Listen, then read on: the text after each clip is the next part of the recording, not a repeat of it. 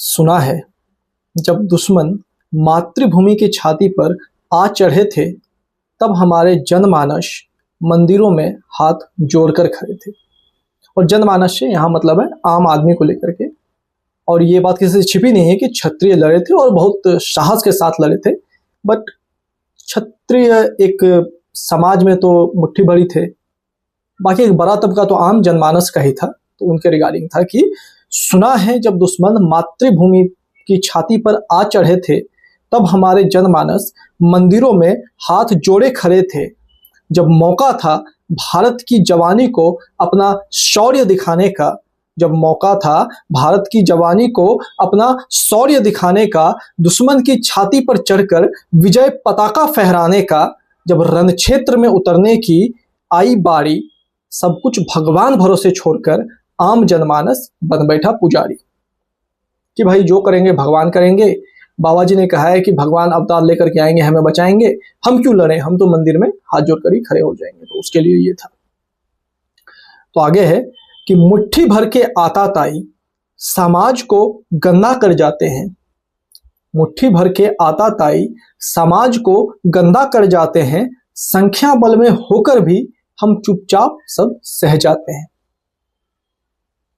मुट्ठी भर के आताताई समाज को गंदा कर जाते हैं और संख्या बल में होकर भी सब कुछ चुपचाप सह जाते हैं। अब इसके आगे है कि लोक धर्म में जो हमें रटाया गया है हमेशा कि बेटा जो करते हैं भगवान ही करते हैं, और जो गलत करता है भगवान उनको सजा देते हैं, तो तुम भगवान पे छोड़ दो, तुम कुछ मत करो।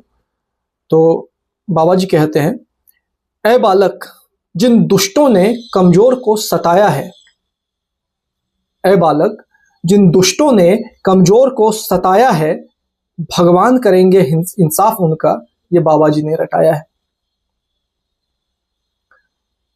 परंतु अरे यदि कृष्ण को ही लड़ना होता तो वे स्वयं शस्त्र उठाते ना।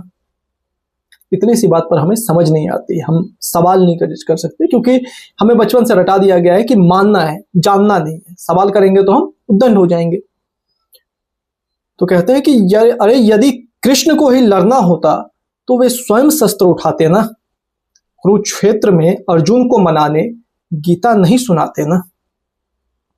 नहीं कहते ना अर्जुन से अपना गांडीव उठाने को, पापी कौरवों की सेना पर कालबन मंडराने को। और ये तो जग जाहिर है ना, श्री कृष्ण ने तो कह दिया था कि महाभारत के युद्ध में वो शस्त्र नहीं उठाएंगे। और जब अर्जुन ने कहा कि नहीं, उनको संन्यास लेकर के जंगल में चला जाना है, अहिंसा क्यों करना, तो फिर उन्होंने पूरी गीता समझाई उनको मनाने के लिए कि नहीं अर्जुन, तुम्हें विरोध करना पड़ेगा, तुम्हें ललकार करनी पड़ेगी बुराई के विरुद्ध, आताताइयों के विरुद्ध। तो उसी पे है, हे अर्जुन युद्ध करो क्योंकि युद्ध करना है धर्म तुम्हारा। हे अर्जुन युद्ध करो क्योंकि युद्ध करना है धर्म तुम्हारा। भारत की नियति तय करेगी आज किया गया कर्म तुम्हारा। कहते हैं, हे अर्जुन युद्ध करो, युद्ध करना है धर्म तुम्हारा, भारत की नियति तय करेगी आज किया गया कर्म तुम्हारा। और ऐसा नहीं कि कृष्ण किसी एक कालखंड की बात है। अब भगवत गीता ही पढ़ेंगे तो उसमें ही उन्होंने कहा है कि वो प्राचीन से भी प्राचीन है और नवीनतम से भी नवीनतम है। वो हर युग में आते हैं, रूप बदल कर आते हैं। कभी स्वामी विवेकानंद बनकर आए, कभी शंकराचार्य बन के आए, आज के युग में आप कहते हो आचार्य प्रशांत बनकर आए हैं। तो हर युग में कृष्ण रूप बदल कर आते हैं, हर युग में कृष्ण रूप बदल कर आते हैं, युद्धस्व का संदेश देकर जनमानस को जगाते हैं। पर नींद हमारी इतनी गहरी कि जागना हमें स्वीकार नहीं, परंतु नींद हमारी इतनी गहरी कि जागना हमें स्वीकार नहीं। जितना हम रोते रहते हैं उतने भी हम लाचार नहीं। जिम्मेदारी कृष्ण पर डालकर स्वयं हम सो जाते हैं, जो करेंगे भगवान करेंगे। जिम्मेदारी कृष्ण पर डालकर स्वयं हम सो जाते हैं।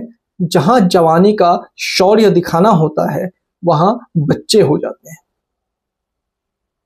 सब कुछ कृष्ण पर डालकर स्वयं हम सो जाते हैं और जहां जवानी का शौर्य दिखाना हो वहां हम बच्चे हो जाते हैं। हे भारत के सिंह जगो, अंधेरा घना छा रहा है। हे भारत के सिंह जगो, अंधेरा घना छा रहा है। मानवता का अंश पृथ्वी से घटता जा रहा है। भोग की आग में झोंक दे रहे ये पृथ्वी सारी। भोग के आग में झोंक दे रहे ये पृथ्वी सारी। तुम्हारे ही आस में बैठी है दूषित होती माँ गंगा बेचारी। और हम देख रहे हैं कैसे कैसे पर्यावरण की दिन ब दिन दुर्दशा हो रही है। आए दिन कोई प्राकृतिक आपदा आ जाती है, नदियां गंदी हो गई। ये आताताइयों ने ही की है, पर हम हैं कि इनका विरोध करने के बजाय, ललकार करने के बजाय इन्हें और शक्ति देते हैं, इन्हें और पैसे देते हैं, बल देते हैं, प्रसिद्धि देते हैं। तो उसके लिए था कि भोग की आग में झोंक दे रहे ये पृथ्वी सारी।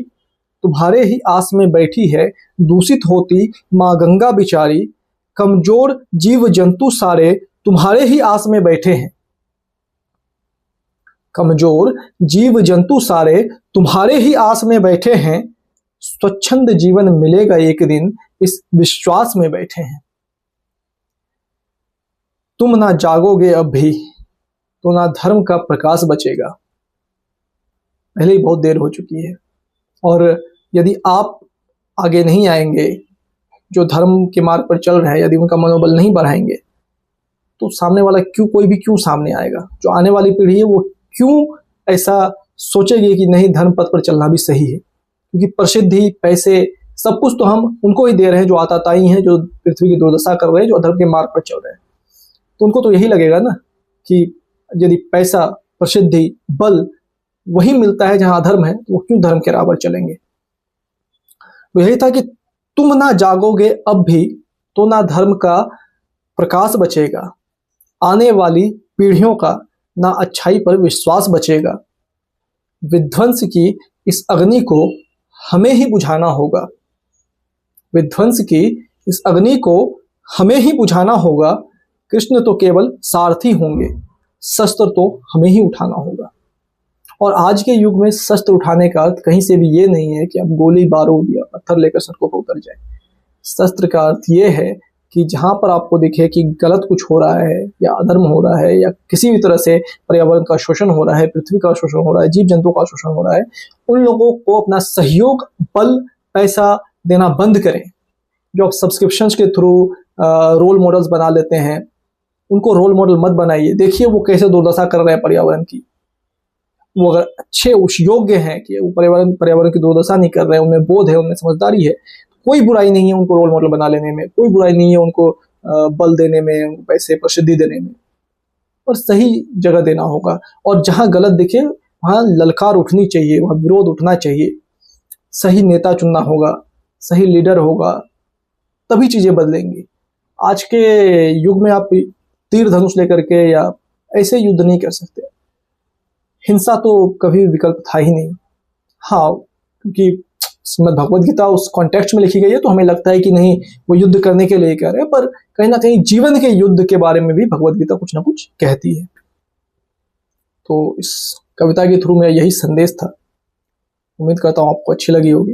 यदि अच्छी लगी तो आप अपना समर्थन दे करके, सब्सक्राइब कर करके मेरा मनोबल बढ़ाइए, ताकि ऐसी कविताएं और मैं लेकर आ सकूं।